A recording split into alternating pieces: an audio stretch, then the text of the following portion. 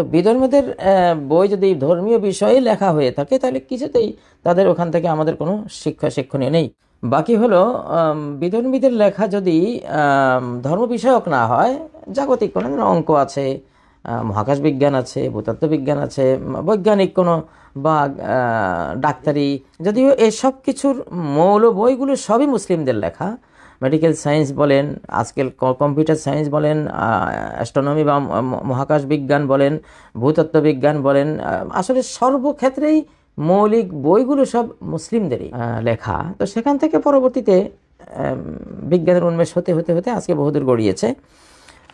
তো সেজন্য জ্ঞান বিজ্ঞান আপনি যে কোনো খান থেকে নিতে পারবেন, যদি সেগুলিতে কোনো বিভ্রান্তি না হয়। তারপরেও মুসলিমদের লেখা বিজ্ঞানের বই যদি থাকে, মুসলিমদের লেখা মেডিকেল সায়েন্সের কোনো বই যদি থাকে, মুসলিমদের লেখা ইতিহাস যদি থাকে, ভালো মুসলিমদের, আল্লাহওয়ালা মুসলিমদের, মুত্তাকি পরহেজগার মুসলিমদের, সেটা সর্বোত্তম। কারণ অমুসলিমদের বিজ্ঞানের বইতেও আজকাল বিভিন্ন ধরনের তারা ইবলিস কর্তৃক বিভ্রান্ত হয়ে এমন এমন তত্ত্ব দিয়েছে যেটা ইমান বিধ্বংসী, যেমন বানর তত্ত্ব, তাই না?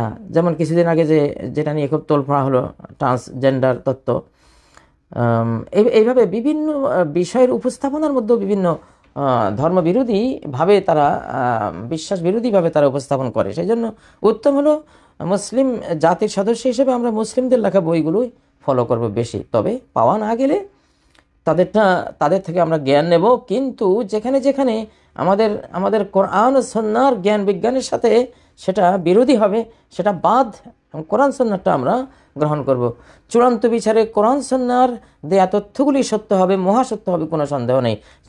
সেটা চাই মহাকাশ বিজ্ঞান নিয়ে হোক, ভূতত্ত্ব বিজ্ঞান নিয়ে হোক, বায়োলজি নিয়ে হোক, মেডিকেল সায়েন্স নিয়ে হোক, যেই কোনো সাইডে কোরআন সুন্নাহ যদি কোনো আছে, তো অবশ্যই কোরআনের মধ্যে তো সব বিজ্ঞানের এমন কোনো শাখা প্রশাখা নেই যে কোরআনে সেটার ব্যাপারে কোনো উক্তি নেই, আছেই। এখন সেটার সাথে যদি বিরোধী না হয় তাহলে বিধর্মীদের কথাটা সেটা নেওয়া যেতে পারে।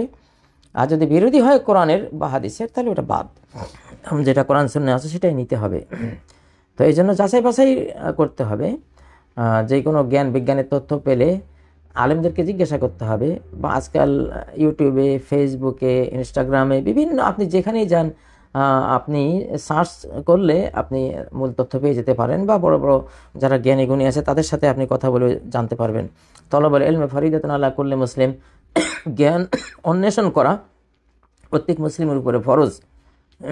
ফাসআলু আহলা যিকরি ইন কুনতুম লা তা'লামুন, তোমরা যদি না জানো তাহলে যারা জিকিরওয়ালা, কোরআনওয়ালা, হাদিসওয়ালা তাদের থেকে জিজ্ঞাসা করো।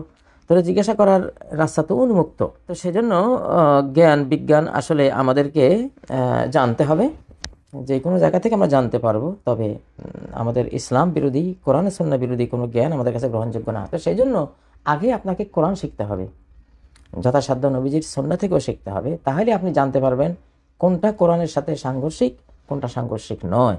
কোরআন না জেনে বিভিন্ন রাইটারের লেখা যখন আপনি পড়বেন, তখন আপনি ভুল করবেনই, সেখানে ভুল আছেই। একটা লেখক 100টা কথা বললে দেখা গেল সেখানে 10টা ভুল বের হচ্ছে। তো 10টা ভুলের মধ্যে একটা ভুল তো এমন থাকতে পারে যে গোটা লাইফ শেষ করে দেবে আপনার। তো সেই জন্য কোরআনিক জ্ঞান লাগবে আগে।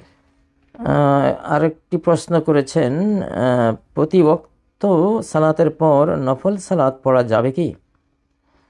প্রতি ওয়াক্ত সালাতের পর নফল সালাত পড়ার বিধান হলো, লা সালাতা বাদাল আসরি হাত্তা তাগরুবাশ শামস, আসরের পরে আর কোনো নফল নেই। আসর পড়লে আসরের পরে নফল পড়া যাবে না সূর্যাস্ত পর্যন্ত। সূর্যাস্তের পরে আবার শুরু হবে মাগরিব। ওয়ালা সালাতা বাদাল ফজরি হাত্তা তাতলুয়াশ শামস, ফজরের সালাতের পরেও কোনো নফল নাই সূর্য উদয় পর্যন্ত। এগুলো সহিহ হাদিসের মধ্যে রয়েছে, সহিহ বুখারী, সহিহ মুসলিম সহ বিভিন্ন হাদিস গ্রন্থে রয়েছে। তো সেজন্য প্রতি ওয়াক্ত নামাজের পর নফল নাই। নফল আছে, যেমন জোহরের পরে আছে দুই রাকাত, মাগরিবের পরে আছে 2 রাকাত, এশার পরে আছে 2 রাকাত। এই 3 ওয়াক্তে, অর্থাৎ জোহর, মাগরিব, এশা, জোহর, মাগরিব, এশা, এই 3 ওয়াক্তে ফরজের পর নফল আছে। কিন্তু আসর আর ফজরে ফরজের পর কোনো নফল নেই। হ্যাঁ, তবে যদি কারো ফজরের সুন্নত কাজা হয়ে গিয়ে থাকে, ইমাম সালাম ফিরালে তিনি ওই 2 রাকাত পড়তে পারবেন, অন্য নফল না। তো সেই 2 রাকাত তিনি ইমাম সালাম ফিরালেও পড়তে পারবেন, সূর্য উদয়ের পরেও পড়তে পারবেন। দুইটাই অপশন আছে, হাদিসের মধ্যে দুইটাই এসছে। নবী সাল্লাল্লাহু আলাইহি ওয়াসাল্লামের এক মুসল্লি তিনি ফজরের ফরজ পড়ে 2 রাকাত নিয়ত করলেন। নবীজি পরে সালাম ফিরাবার পর জিজ্ঞাসা করলেন, এটা তুমি কি পড়লা? সে বলল, আমি আগে 2 রাকাত পড়তে পারিনি। তখন নবীজি নীরব থাকলেন, মৌনসম্মত থাকলেন। তো মৌনসম্মতিও একটা হাদিস, মানে এটা করা যাবে। এটা যদি করা না যেত তিনি নিষেধ করে দিতেন। কোরআনের প্রতিটি অক্ষরে 10 নেকি, তাহলে যে মানুষের নাম রাখা হয় সে ব্যাপারে কি নেকি হবে নাকি? দেখুন, আসলে যে কোনো কোরআনের প্রতি অক্ষরে 10 নাকি হলো কোরআনের কেরাত যখন পড়বেন, এটা কেরাতের বিধান। আপনি রিডিং পড়ছেন, যেমন আউযু বিল্লাহি মিনাশ শাইতানির রাজিম বিসমিল্লাহির রহমানির রহিম কুল হুয়াল্লাহু আহাদ, আপনি যখন তেলাওয়াত করছেন তখন প্রতি অক্ষরে আপনার জন্য 10 নাকি। কিন্তু একজনের নাম তো আর তেলাওয়াত না, এটা একজনের নামের সাথে আপনি খাস করে নিয়েছেন, সেখানে তার তেলাওয়াতের সওয়াবটা হচ্ছে না। তবে সেখানে যদি সুন্দর নাম রাখেন সেটার জন্য একটা আলাদা পুরস্কার তো অবশ্যই পাবেন। মান জা বিল হাসানাতি ফালাহু আশরু আমসালিহা, যেমন সূরা আরাফে আল্লাহ সূরা আনামে আল্লাহ বলেছেন এটা, মান জা বিল হাসানাতি ফালাহু আশরু আমসালিহা, সূরা আরাফ। যে ব্যক্তি একটা নেক কাজ করলো সে এর 10 গুণ সওয়াব পাবে। সূরা আল আরাফের আয়াত, কত নম্বর আয়াত? সূরা আনআমের সর্বশেষ পৃষ্ঠায় আয়াতটি রয়েছে, মান জা বিল হাসানাতি ফালাহু আশরু আমসালিহা, 160 নম্বর আয়াত।